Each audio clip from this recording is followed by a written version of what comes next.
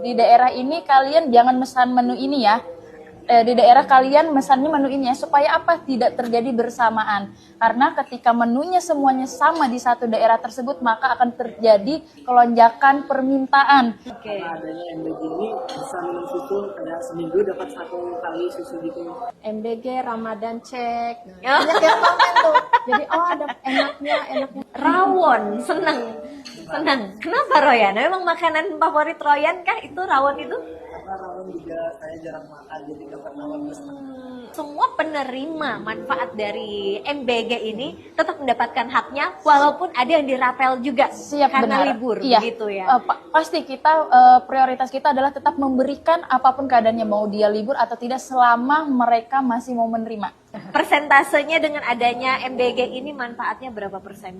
70%. 70%. Pengennya itu kayak makanan tradisional kayak gitu. Kenapa nih lebih suka kue-kue tradisional? Karena kue tradisional ini biasanya munculnya itu pas Ramadan aja. Ramadan, oke. Ini juga gak bisa jadi masukan Iya. nih ya, kayaknya ya.